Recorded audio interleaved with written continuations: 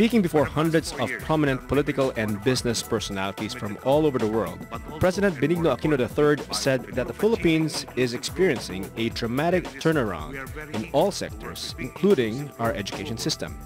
Aquino hailed the erasure of thousands of classroom backlog, including 2.5 million backlog in chairs and tables and 61.7 million backlog in textbooks. Our students can go to school with a minimum expectation that they will have everything they need to succeed.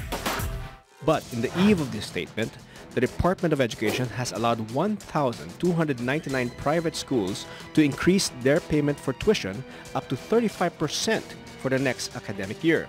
The Commission on Higher Education, too, has approved fees increase of 171 private higher education institutions out of 361 tertiary schools that filed petition to increase fees.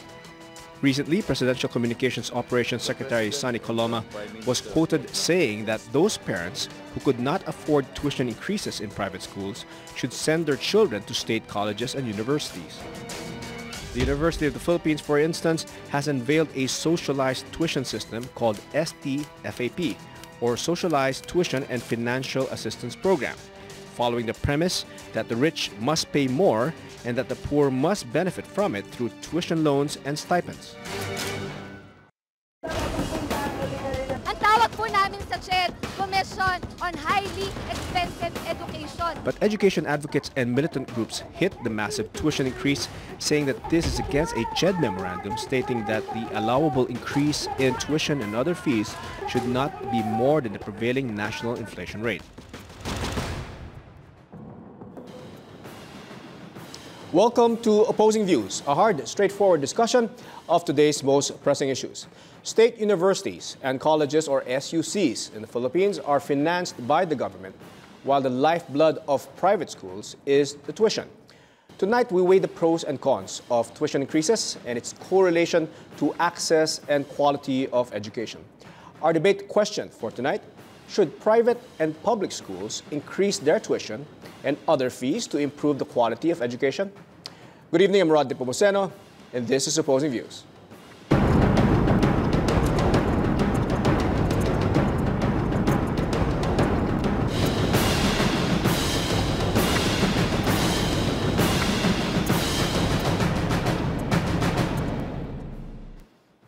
Joining us tonight in our discussion is Dr. Edwin Monares, former consultant of the Commission on Higher Education.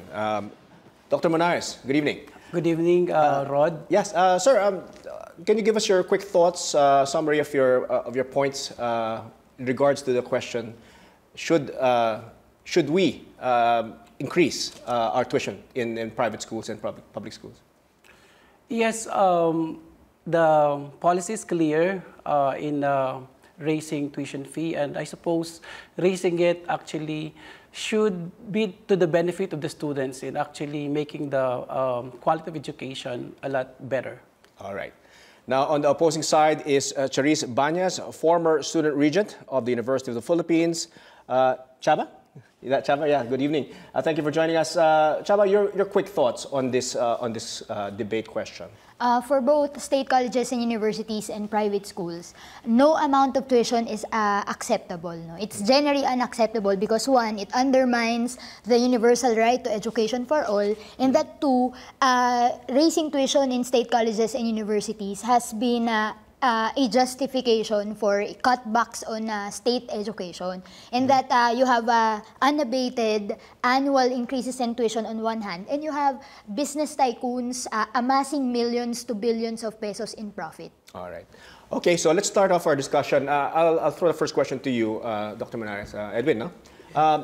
Is tertiary education, in your mind, a right or a privilege? I think, well, universally education is a right, but when it goes to the college education, as the Constitution is clear, diba? That the free is only from elementary to secondary. High school to secondary, and you have to pay when you are in college. And so you feel that tertiary education is more of a privilege?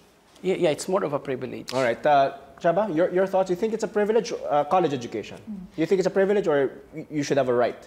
We think that our position is that tertiary education is a right.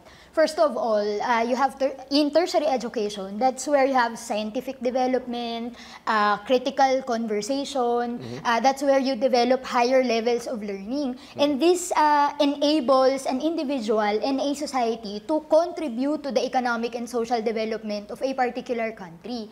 And since it is for the common good, it is a social responsibility. It is a public good, a public responsibility, and it should be steered by the public and supported by the public, meaning the state or the government. Even if the Constitution, as Dr. Monares says, doesn't say anything about the tertiary education being a right. Well, the Constitution states, Article 14, Section 1, that education at all levels is a right, and that the government should make appropriate steps for it to become accessible. It is true that in succeeding laws, say for example, the Philippine Education Act of 1982, the government stated that basic and secondary education are the level of education that should be free. But the point is that the government making tertiary education not a priority is because of dictates of multilateral lending institutions such as the International Monetary Fund and the World Bank to cut back spending on education.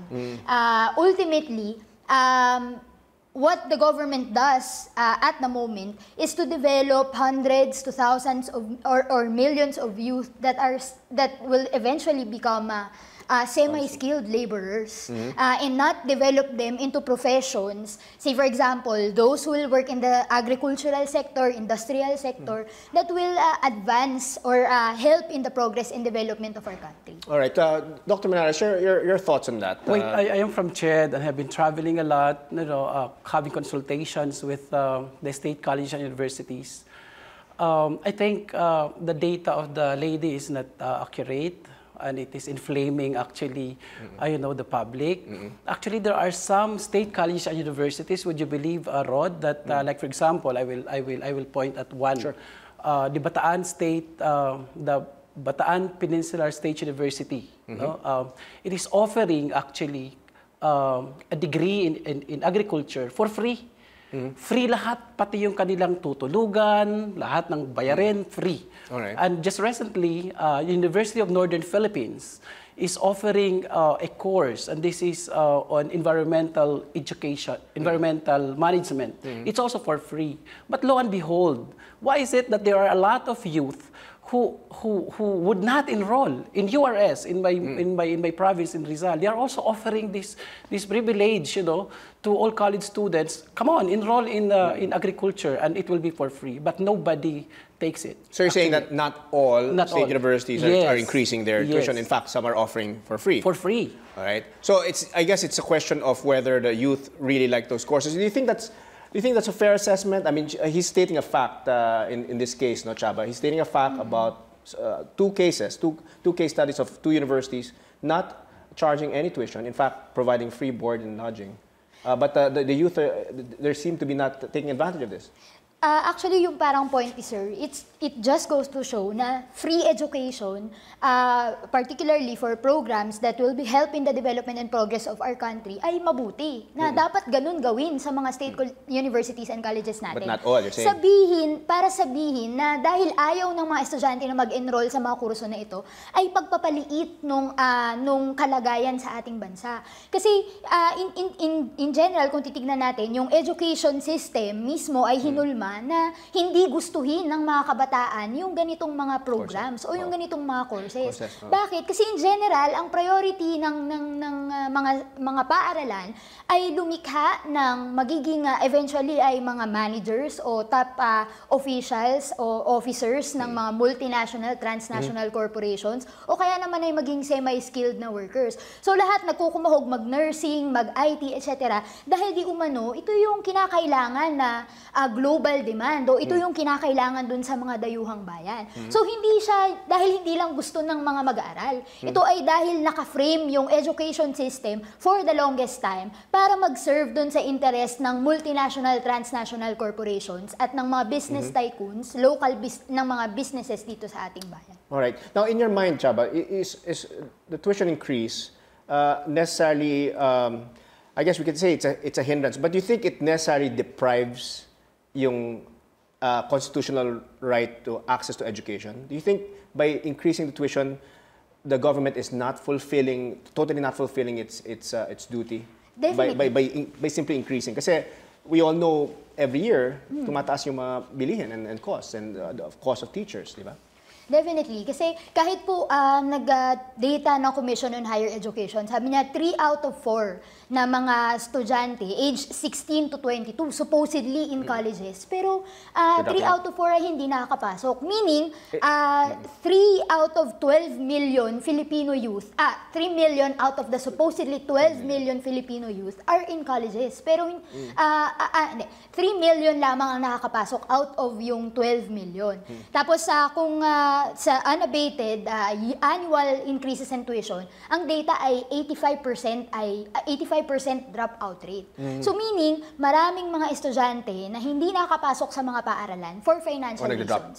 Say for example, ang case study natin ay University of the Philippines. Di umano ay premier state university. Pero out of yung ilang libong nakakapasok sa UP, ngayon na nagtaas sila ng tuition, they have 1,500 pesos per unit, 40% no-show rate. So that is 40% of UPCAT takers, the best and the brightest among the Filipino youth, na hindi tumutuloy sa mga paaralan na ito. Because of that increase. Oo, at dahil dun sa study ng isang study group na finormulate ng UP, ang primary reason ay financial. Alright, so Dr. Menares, I may agree that the reason is financial, but it's not all tuition. In fact, alam mo, dapat tingnan natin yung issue na to na hindi siya black and white eh. Kasi kung titingnan natin, yung tuition fee, regulated siya. Actually, like, I'm from PUP. I graduated in PUP. And even up to now, it's 12 pesos. Hindi kami nagtaas ng tuition fee. Pero, kung titingnan mo kung magkano na ngayon ang binabayar ng estudyante para matapos mo isang SEM, it's already almost 4,000, 3,000 plus or 4,000 because of the miscellaneous fees. At din sa miscellaneous fees, ito yung hindi dinidiscuss in public. Ito yung can you elaborate on hindi malinaw yung mga guidelines as to paano ako mag-i-increase dito, ano mga fees na dapat at hindi nararapat. No, I think my stand is that sa tuition fee maliit lang yan, it's regulated eh. And the policy on it actually points that there is a sharing nga eh, no? That 70% will go to the salaries and wages of teachers and non-teaching personnel. Then 20% will go to facilities. I think that's good. Lalo na pagka-private. Kasi I think the state cannot wholly subsidize, you know, the cost of college, of tertiary education. And I think we are not yet ready. Even the industrial country, in the top leading countries, no, economically giants, are not actually 100% subsidizing education. So I think yun yung suggestion ko. No, tingnan, hindi kasi ang laging nirarant natin tuition fee, pero ang totoo mas malaki yung mga bayarin na indirect, no, na hindi regulated ang ipinapataw ng mga private schools at saka SUC. Based on your studies, you think that generally yung fees natin, tuition fees and all the other fees, are fair? Fair enough, because actually there's a guidelines that you cannot increase. I mean, compared to, let's say, our neighboring countries. Yes. You cannot increase your tuition fee. The ceiling is the inflation rate. So I think that's fair. Chaba, do you think it's fair? Do you think the increases are fair, considering nga, not just tuition fees, all the other miscellaneous. Syempre, for example, other miscellaneous fees, no? Say books or what like other athletics, fees, diba? And those have generally council fee, and may mga increases more. May mga increases talaga doon, di ba? Pero before yung discussion ng kung fair ba yung current tuition, gusto ko lang sagutin yung usapin ng regulation. Hindi totoo na regulated ang tuition. In fact, yung CHED, tumatanggi siyang mag-regulate. Sinasabi na wala siyang regulatory powers.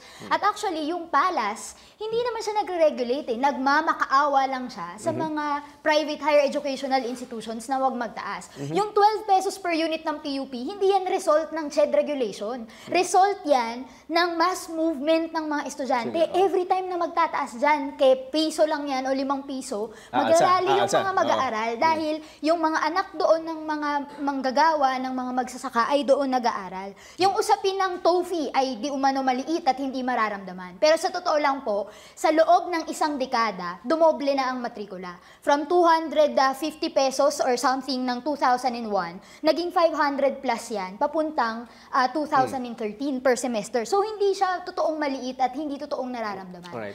Yung usapin ng 70-30-10 na hatian, gusto din po natin yung pabulaanan. Kasi actually, maraming mga schemes para tipirin ang sahod ng mga teacher. At ang ultimate na point ay, habang patuloy yung pagtaas ng matrikula taon-taon, yung mga businesses na may-ari ng mga schools, Lucio Tan, Henry C., Emilio Yap, Aurelio Montinola, ay nag-aamas ng billions, millions in profit. Alright. So, walang amount na unfair, na fair tuition increase. Okay, Chaba, I have to cut you short. We need to take a short break. Meanwhile, you can react online via Facebook at facebook.com/solarpointviews or tweet your comments at opposing_views. Use the hashtag #OVTuitionHike. Stay tuned. You're watching Opposing Views. We'll be right back.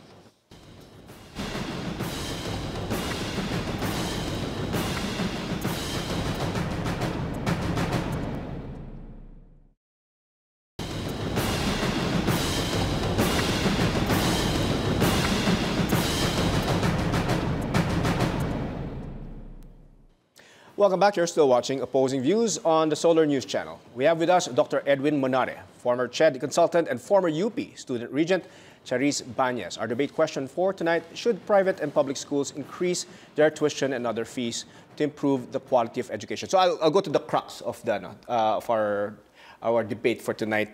You think tuition fee increases are justified in order to improve facilities and the other services of the schools? Yes, I think it's justified. Kahit nga yung mga bata, pagka ngayon, lalo na may mga cellphones, hindi man sila nagrereklamo pagka nagtataas yung load o nagrereklamo pag nagtataas yung mga signature shirts. So why not invest on education? I think if it's fairly laid and the policy actually is followed, then I think we have to really invest on education. This is I address this to the parents and the students, and they have to pay. Yeah, Chaba, yun nga, the point of Dr. Manares is that if you want something that's of quality, and I think you will agree that you won't stand for just plain education. You want quality education, and obviously when you have quality education, medyo may price na kapalit yun, di ba? Just like anything in life. So, what are your thoughts on that? Na kailangan mag-invest naman ng konti. I know that it's heavy, but yun nga, kung if there's enough budget for cell phones and what have you. Why not quality education? Ang point ay, tama naman, dapat mag-invest yung sa education. Hindi yung magulang, kung hindi ang gobyerno. Kasi babalik tayo dun sa point ng, sino ba ang nagbe-benefit doon sa magandang quality ng education ng isang lipunan? Hindi ba't yung mismong lipunan din ito? At gayon na lamang yung dahilan ng bakit nagbabayad ng buwis yung mga mamamayan. At hindi ba dapat lamang bigyan ng accessible, if not free education, yung mga mamamayan? Kaya sinasabi natin, lalo for state colleges and universities, hindi fair na magtaas ka ng matrikula kasi yung tuition increases, sabi nga natin na dikta ng IMF World Bank, ginagawa itong dahilan para maging katanggap-tanggap yung pagbabawas ng pondo sa public education, yung pag-hands-off ng gobyerno sa public education. Lalong hindi katanggap-tanggap. At isang skandalo na nga yung patuloy na pagtaas ng matrikula sa mga private schools habang bilyon-bilyon din taon yung nire-rake in profits ng mga business tycoons na may-ari nito. No? Anong klaseng lipunan yung papayagan na milyong bilang ng kabataan niya hindi makapag-aral para sa tubo ng iilan? No? Kaya hindi na lang siya usapin ng para gumanda yung kalidad ng edukasyon. Halimbawa, sabihin natin na mataas ang kalidad ng edukasyon sa private schools dahil nagbabayad ng mataas na matrikula ang mga magulang, ang mga estudyante. Ibig sabihin ba na kaya hindi maganda yung kalidad ng edukasyon sa ilang mga public schools dahil mababa ang matrikula nila? Hindi. Kailangan i-address yung point ng hindi nagbibigay o napapaliit yung subsidy ng gobyerno sa mga paaralan. Charis, alam mo, I can accept that eh. But you know, kapag humawa ka na ng eskwela, and I've been a president, I've been an officer of a state college and university, yes, tama ka eh. No? What we have to, alam mo, ang level ng gobyerno, you don't single out the national government. No? When you say the government, there's a lot of agencies. Like for example, PUP. No? Like for example, other state universities, 101 of them, 111 of them. Ang gobyerno, yes, the national government may be failing because they are not actually giving what is the appropriate budget, and maybe they have their reasons. Now, if I am the president of a state college and university, and I want to give the best for my students, and I have only this, like for example, PUP, we have 60,000 students, and we are only given almost 500 million. So per capita, you just compute, no? How much? And then, because it's sensitive, we'll peg at 12 pesos. Now, what will happen now?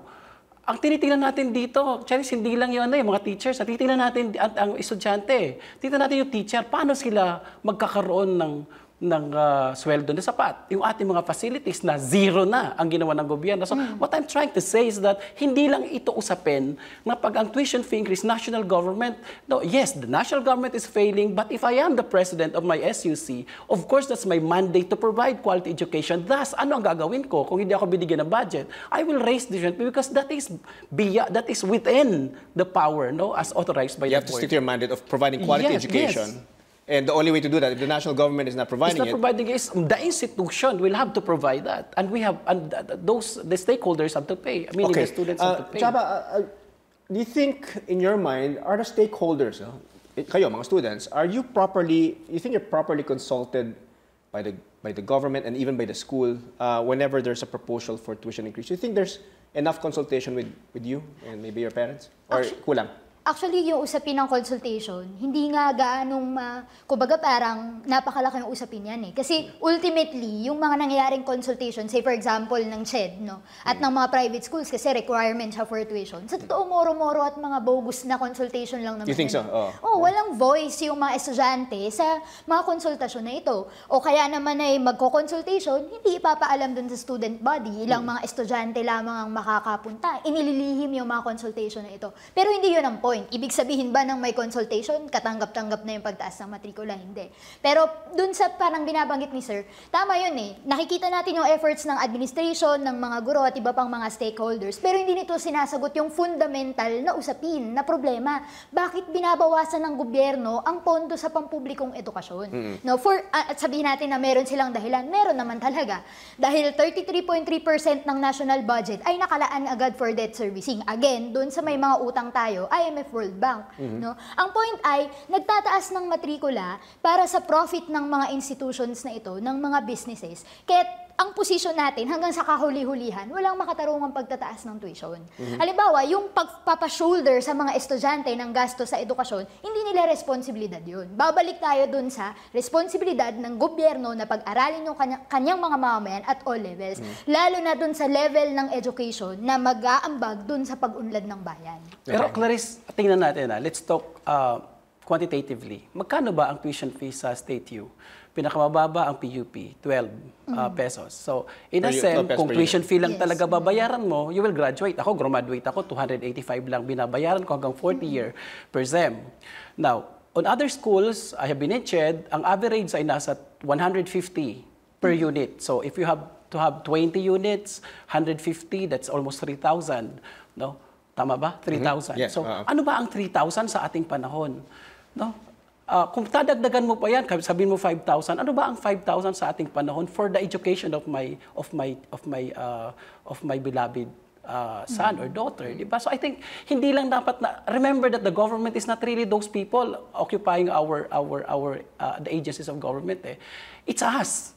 So we have to do our share. I mean, if I have my daughters and my sons, then first, it should be my duty as a parent, diba? To really work hard and invest, no, or save for the education, and not just to rant.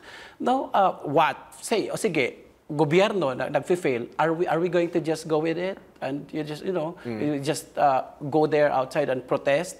Tapos di na papasok yung anak ko? No, I mean, hindi lang ito usapin na pagtaas Hindi lang ito kasalanan ng gobyerno Kasalanan din ito ng mga magulang na nag-aasawa ng bata pa, nag-aaral ka, pinag-aaral ka, imbis na mag-aaral ka, naglandi ka. Diba? So, ano nangyari? Diba? So, hindi lang ito gobyerno. Remember that the price of freedom is being, being there to fight. No? So, una, pagtatanggol ko yung para sa akin, sa anak ko. Pangalawa, consultation, hindi nagagawa. Bakit hindi nag-aalsa yung mga estudyante? So, I think kulang pa siguro yung push ninyo para yung mga estudyante ay talagang sumigaw at sabi, oy, mali, dito kami kinonsulta dito. Sir, to assume na kaya o may capacity to pay yung parents kay 3,000 or 5,000 lang ang matrikula, hindi yan totoo. You have 66 million Filipinos living on less than 125 pesos a day. So, minimum wage earners na 466 pesos, hindi ka talaga makakapag-aral niyan. Yung pag-assume na kayang magbayad ng matrikula ng mga estudyante at nasa kanila yung burden of proof, kailangan patunayan mong dayok-dok ka sa kahirapan, yan ay nagtatanggol sa profit. Yan ay nagtatanggol doon sa sistema na pagkakitaan, gawing commodity, kalakal, negosyo ang edukasyon. Clarice, nandiyan tayo sa usapin na yan. No? Actually, kung pupunta ka sa CHED, meron tayong not less than 1 billion na scholarship fund.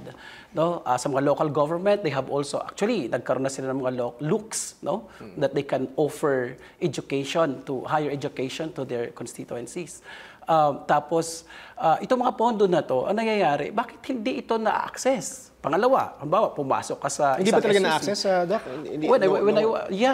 Kasi kulang sa nag-a-apply. It's either siguro kulang yung information dissemination. Again, it's a national government. Again, hindi kasalanan yun ng mga private school, hindi kasalanan yun ng SUCs as an institution. Remember that the government, hindi yan buo. May mga level-level yan. No?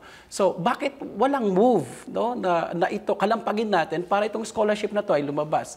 At kung yung mga estudyante talaga ay graduated na halos lahat subsidized ng gobyerno, 'di ba? So kasi nag-aaral ako ng mabuti. I think hindi lang 'to usapin na tuition fee kaya hindi nakapag-aral That's sweeping.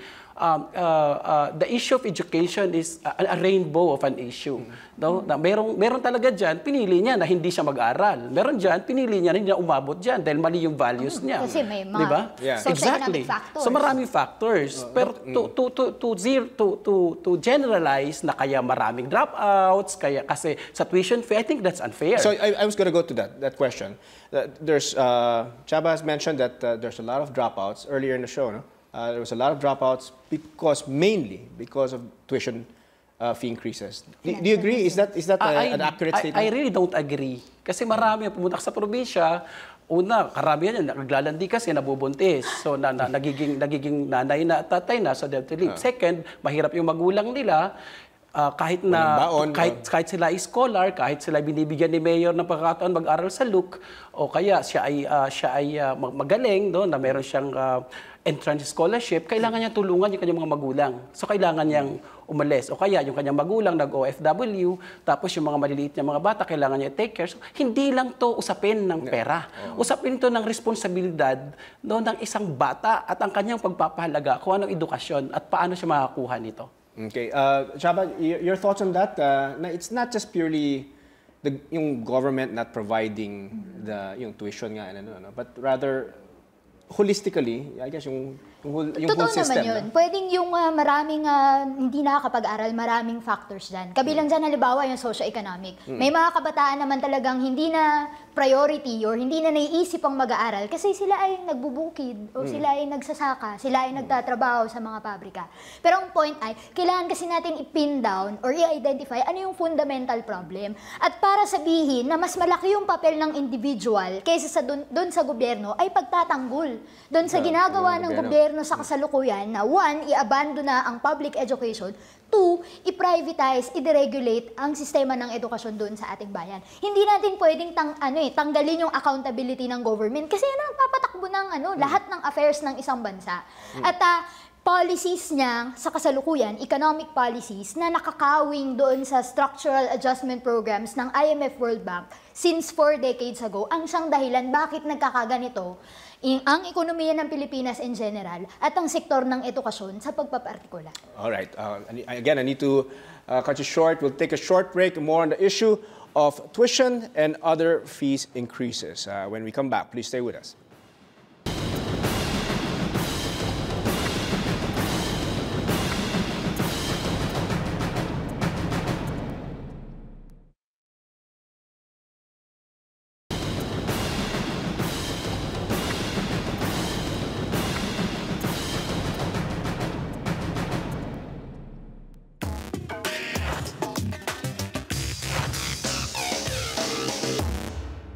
Para sa akin po hindi, kasi bakit po noon nakapagturo naman ng maayos yung mga guro kahit na hindi naman ganun kataas yung tuition noon. Pag mas mataas po yung tuition, mas mabibigyan pansin po yung mga facilities sa school. Yung tuition naman yan, hinihingi rin ng eskwela niyan para ma-upgrade siguro din yung mga facilities nila, yung, yung education nila, para makapag-hire sila ng mga professor na mga magagaling. Economy natin, yung cost of living tumataas, tapos isasabay nila yung pagtaas ng tuition fee. Samantalang kailangan natin ng education para mapababa yung cost of living. Kung sa akin lang, dapat hindi. Kasi maliliit ang sahod, walang increase. So paano ang mga maliliit na sahod hindi kaya sa mga tutuusin ng mga pangailangan ng pag-aaral? Welcome back. You're still watching Opposing Views on the Solar News Channel. I'm Rodney Pumuseno. Still with us, Dr. Edwin Monare, former CHED consultant, and former UP student regent Charis Banyas. And our question, should private and public schools increase their tuition and other fees to improve the quality of education? Now, Dr. Monares, Edwin, recently Secretary Coloma made some statements. Now, do you agree with Secretary Coloma's statement recently that parents who can't afford private schools may want to consider enrolling their children lang to public schools? Tumpak po yun.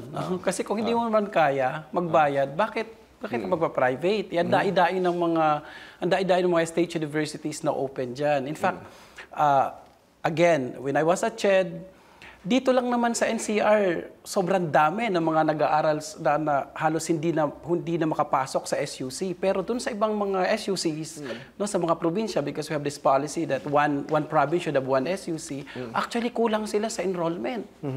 No, they have the facilities, they have their teachers, no enrollment. They have their budget, no enrollment. It's all because, again, it's not the tuition fee increase that actually hinders them pursuing their college. Again, it's the value. No, na ayaw nila doon sa probinsya, gusto nila dito. Mayroon namang eskwelahan doon na hindi na sila kailangan pang mamasahe, andyan na lang. Gusto nila dito mag-aral sa Maynila.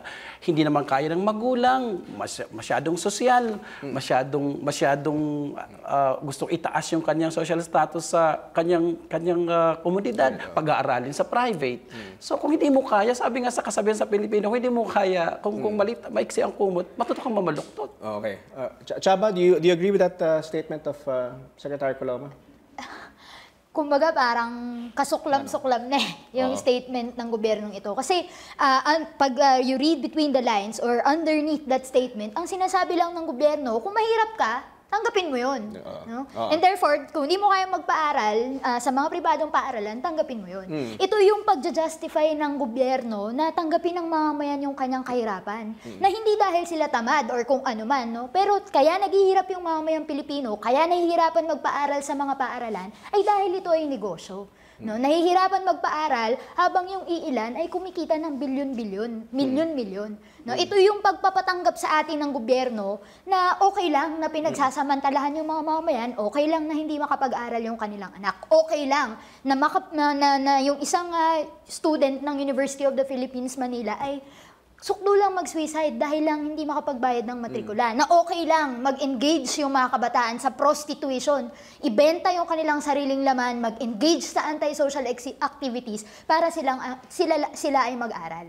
Isa itong statement ng gobyerno na malinaw na hindi nagtatanggol at nagpa-prioritize sa interes ng kanyang mamamayan. At ang priority at dinedefend nito ay profit ng big businesses.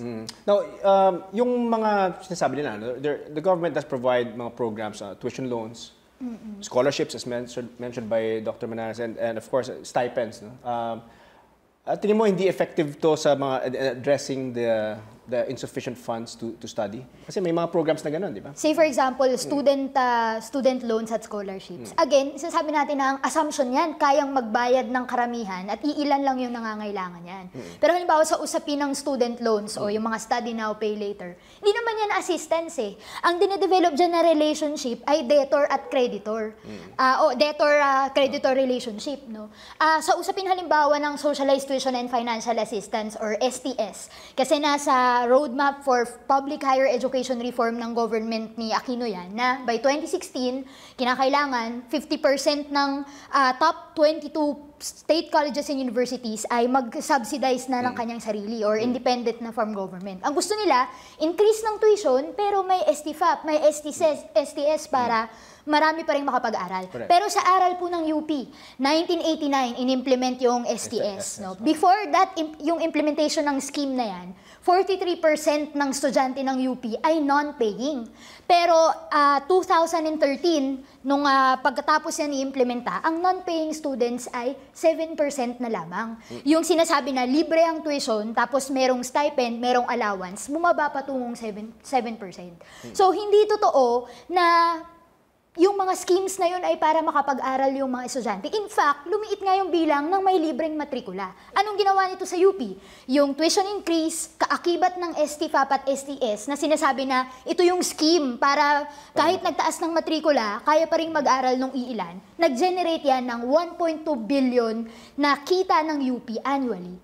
So, lumiit yung bilang ng may libreng edukasyon sa Universidad ng Pilipinas, pero lumaki yung kinikita ng paaralan. Now, again, Clarice, no? Ito yung hindi nakikita eh. Ang ating example kasi NCR eh. Pero try to go. Pumunta tayo dun sa Kanayunan. Nakatiwangwang yung mga state universities, may mga program, sabi ko nga yung iba, di ba, libre na, walang nag-i-enroll. I think this is not, yung sinasabi nating tuition fee increase kaya hindi nakakapag-aral, I think it's unfair. No? It's unfair na sweeping, sasabihin natin ng ganon. Kasi ang totoo, maraming mga bata na gusto nila pumunta sa syudad. Mga bata, gusto nila pumunta sa Metro Manila para mag-aral. Makipagsiksikan sa PUP, makipagsiksikan sa PNU, makipagsiksikan sa UP. No? Na meron namang actually sa probinsya nila. I think hindi lang ito, yung sinasabi mo, dikta ng IMF, I think it's more a dictate of a bad value from their parents. Na pag sila naging parents, ganun uli ang mangyayari. I think hindi ito pagsisisi o hindi ito pagtuturo. Di ba? Sabi ko nga, we are actually the government. So kung isa kang estudyante ngayon, nahirapan ka, nakagraduate ka, dapat wala ka ng anak na hindi na makakapag-aral pa. Dahil alam mo na kung paano umahon sa kahirapan. Kasi if I compare this to healthcare, for example, no? If I compare it to, let's say, yung PhilHealth program natin, government does provide a little bit of subsidy. PhilHealth, let's face it, yung nakuha nating reimbursement or coverage ng PhilHealth is very minimal, di ba? But if you go to a public hospital, for example, most of it covered na. Pero kung private hospital ka, hindi ma-cover, maliit lang, katiting lang yung na-cover na ano, no? Do you think that this is the situation when it comes to health could be analogous in our Actually, merong situation? pinakamalapit, sir, yung 4Ps. Yung 4Ps talaga is to address yung dropout sa elementary at addressing the right to education. No, yung 4Ps na binigay para sa mabigyan ng pera yung pamilya, sobrang hirap para at least kasi sinabi ng isang research, maraming nag-dropout sa elementary kasi gutom. So binigyan sila ng 4Ps. Again, kasalanan ba ng gobyerno? Ang kasalanan nga yung mga magulang. Pag hindi pa nakukubra yung 4Ps, ipinangungutang na gin. Yung mga magulang na pinangungutang na sinusugal yung 4Ps na pera, no.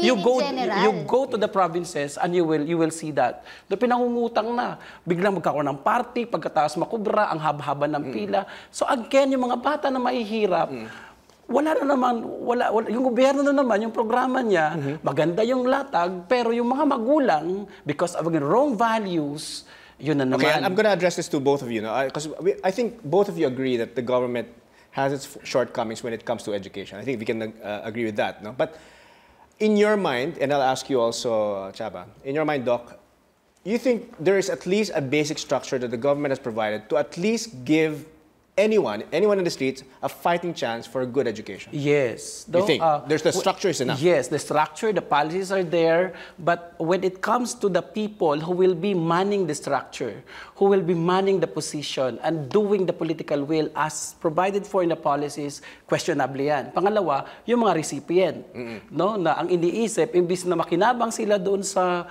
bigay ng gobyerno, ay squander din at dayain din yung kanilang makukuha sa gobyerno. I think hindi lang ito sa gobyernong kasalanan eh. No, kasalanan to ng beneficiary din na hindi naintindihan kung ano yung programa at kasalanan ito ng mga tao. And remember that ang kalaban natin dito naman hindi yung institution na gobyerno, kundi yung mga taong nasa gobyerno. Correct. At these people are in passing. They will soon retire. Our president will be elected again in 6 years, but the government will still be there. The policies will still be there. Taking off from that, Chaba, you think that the laws are sufficient? Taking off from what you said, you think the laws are sufficient to provide the structure for students like yourself and for all other students? No? Do you think the laws and the structures are sufficient for if they were properly implemented? Do you think enough yun for all the students to have good education? Or do you think kasalanan lang talaga ng tao? You think the system and the laws are there? Or kasalanan lang ng mga tao? Ang tingin natin na students or Filipino youth have to fight tooth and nail para sila ay makapag-aral. Yung sinasabing merong ginagawa yung gobyerno para magkaroon ng fighting chance yung mga kabataang Pilipino mag-aral, hindi ganoon. Kasi kesyo si Aquino yan o iba pang mga presidente na nasa pwesto, same yung economic policy ng gobyerno eh. Very subservient dun sa interest ng monopoly capitalist, particularly yung US na nagkokontrol ng IMF World Bank.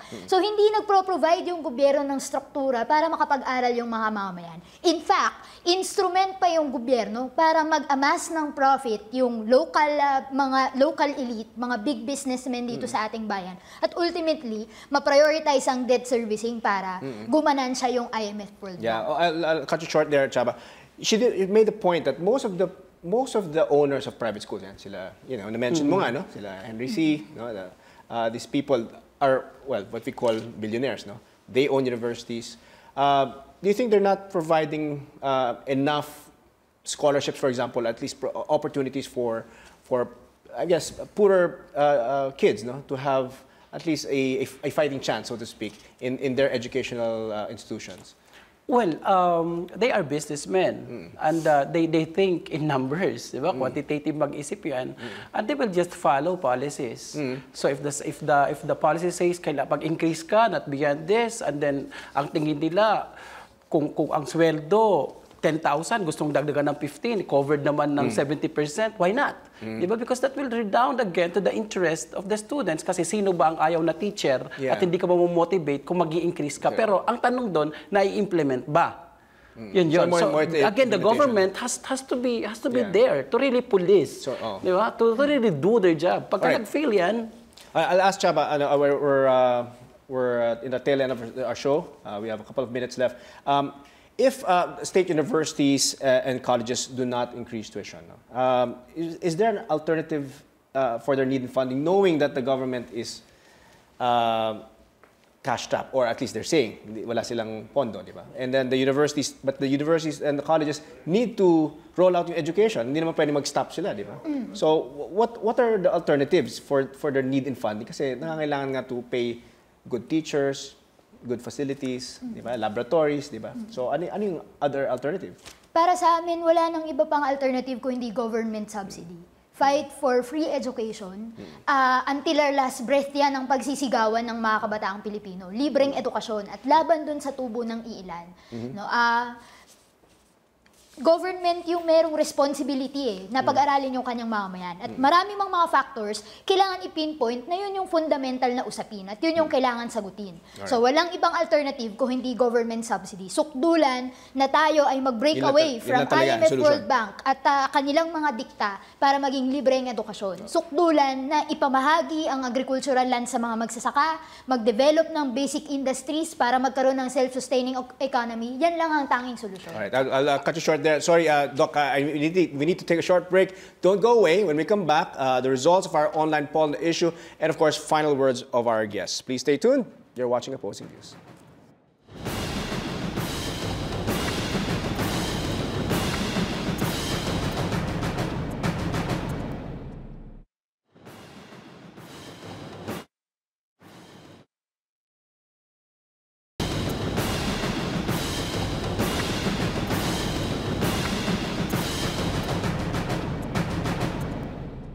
Welcome back. This is Opposing Views. I'm Rod Nepomuceno. And our guests, Dr. Edwin Monare, former CHED consultant, and former UP student regent Charis Banyas. And we asked tonight, should private and public schools increase their tuition and other fees to improve the quality of education? Before the break, Chava, you were making a point that the solution here is the government just not pay the IMF, disregard our loans, so that we won't be tied down to debt servicing and be able to provide more for education. Doc Monares, I want to give you Ang sinasabi ni Clarice particular. kanina, subsidy, more subsidy. Actually, enough na yung subsidy. Ano pa ba yung budget na binibigay sa SUC? Ano pa yung mga voucher system sa scholarship na binibigay ng gobyerno sa mga private? Actually, hindi ito usapin na ang gobyerno kailangan ibigay niya lahat para sa isang SUC.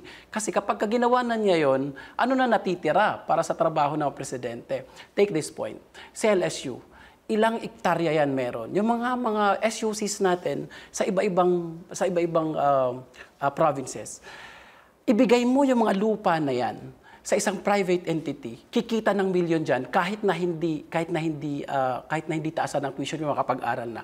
Take this. When I was still a consultant, I went to Tagbilaran. Meron sila doon si Viscaf, napalitan na yata yung pangalan. Si Viscaf, si Engineer Magante, yung kanilang presidente. Alam nyo ba na ang mga estudyante na nag-aaral, hindi nila minamind yung tuition fee? Kasi yung presidente magaling. Kaya nga may pang-apat na tayo. Dapat yung pillars, di ba? Instruction, research, extension, may dinagdagan na.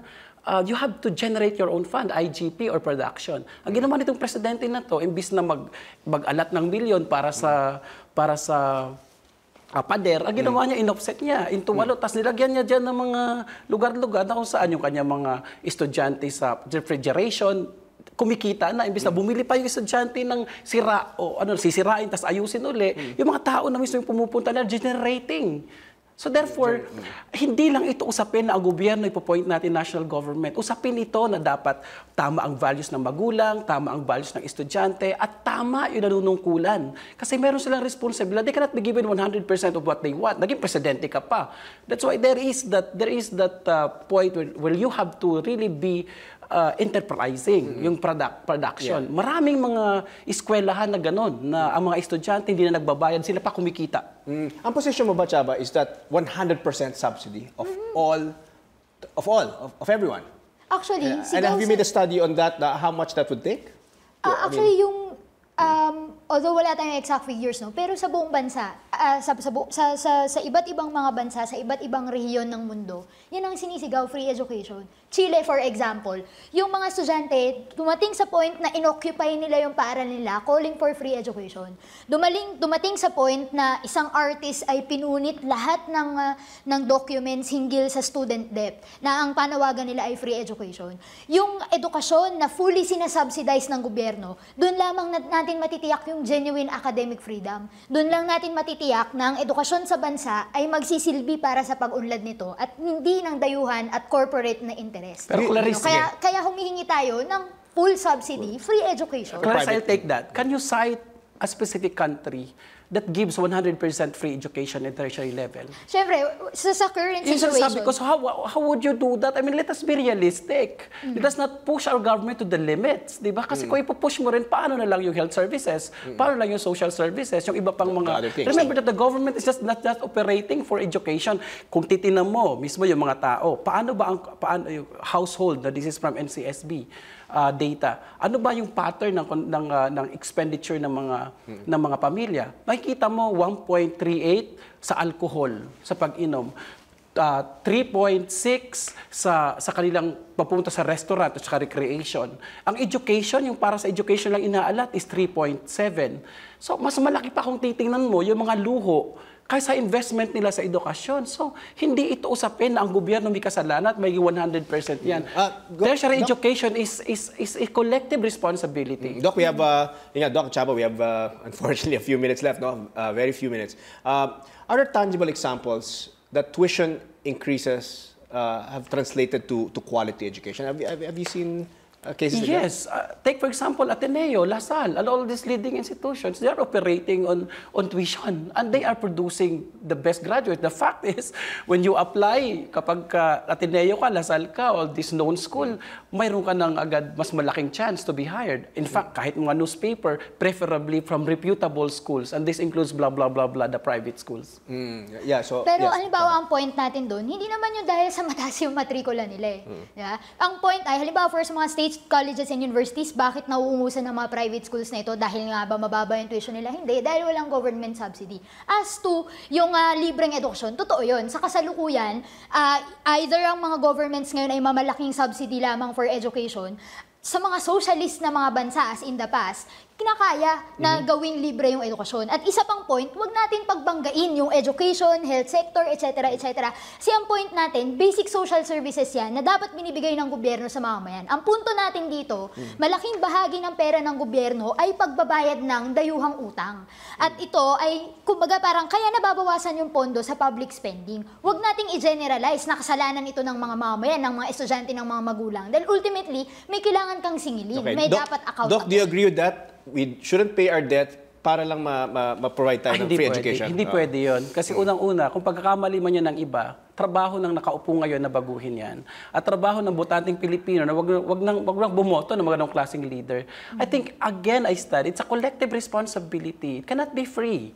There's nothing free in this world. That's a basic sustainable development. I'm an advocate of social development. There's no free lunch. No? At least magtrabaho ka. Pwede naman sa PUP, may mga estudyante na para makapagbayad sila, kahit sa maliit lang na halaga, nagtatrabaho sila, they learn. Pero iba talaga mga estudyante, tamad. May mga magulang talaga na palalo, na gusto yung anak doon, masyadong sosyal, na ilalagay sa private, wala namang pambayad. Kaya I'll throw this question also. I got a message. There was an argument saying, Chaba, that yung mga humingi ng free education, normally the ones who are unfortunately less privileged in terms of economic status, normally they're the ones who are not paying taxes.